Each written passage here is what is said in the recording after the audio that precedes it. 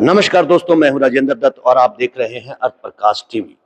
दोस्तों, आज Chandigarh municipal corporation की हाउस मीटिंग होने जा रही है।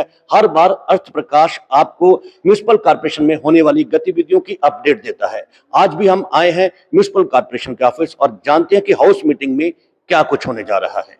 सबको पता होना चाहिए कि क्या सच है क्या झूठ है। तो मेरे साथ है जो सीनियर डिप्टी मेयर भी हैं, इन्होंने भी एक एक पॉइंट बारीकी से देखा और बारीकी से पढ़ा। तो पिछली बार अनूप गुप्ता जी है जो एक उन्होंने क्वेश्चन किया था गवर्नर साहब को, कमिश्नर साहब के और चीफ साहब के, रिटर्न में मांगा था गवर्नर साहब से कि जो ये है मनी राम दरबार वाली जो फैक्ट्री चल रही है जिसमें का अपना कि उसमें कैसे दे सकते हैं वो सरकारी उसको, ठीक है। तो अनूप गुप्ता जी को जवाब देना था हाउस में। मैं अनूप गुप्ता जी से उस दिन मैंने ये बात पूछी थी कि अनूप गुप्ता जी, आज जिस कंपनी को हमने 3.5 करोड़ रुपए लगा के और उसको कॉरपोरेशन का जमाई बना के बिठा दिया, थाली सजा के, बिजली कम दे रहे, पानी कम दे रहे अलग से, और उसके बाद 3.5 करोड़ रुपए बिल्डिंग पे लगाए, उसके बावजूद अनूप गुप्ता जी के टाइम पे एक टेंडर हुआ था, फिर दोबारा से हुआ 4.5 करोड़ 85 कुछ का, 5 के करीब का, हर मंथ का हम उसे दे रहे हैं। हमने ये कहा है कि जो मिनट्स के साथ छेड़छाड़ हुई है, जो कुछ पार्षदों ने किया ही नहीं है, और बिल्कुल जो एजेंडा ऑलरेडी हाउस में पास हो गया।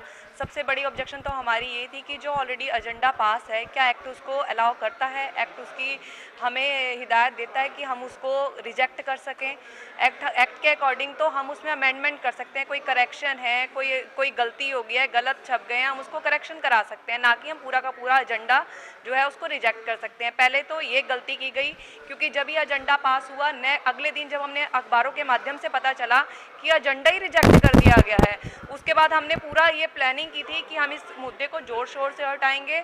जब ऑलरेडी हम क्यों पार्ट बने उस चीज़ का?